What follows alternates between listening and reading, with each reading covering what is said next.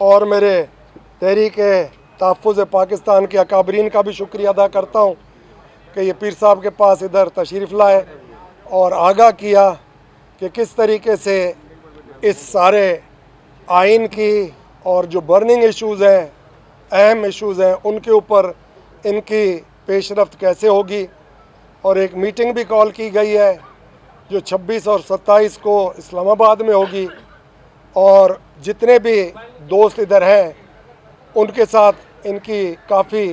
बेहतर अंदाज में खुल के बात हुई है। और जब सियासी दोस्त बैठते हैं तो सियासत पे भी बात होती है, और इस सब चीज़ पे मेरी ख्वाहिश यही है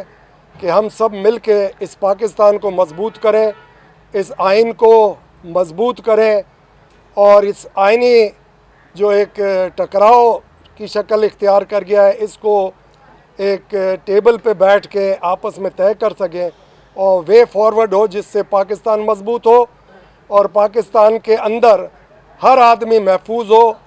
जमहूरियत की बालादस्ती हो और आइन की भी बालादस्ती हो। ये हम लोगों की ख्वाहिश है और इसी मुत्तफ़िका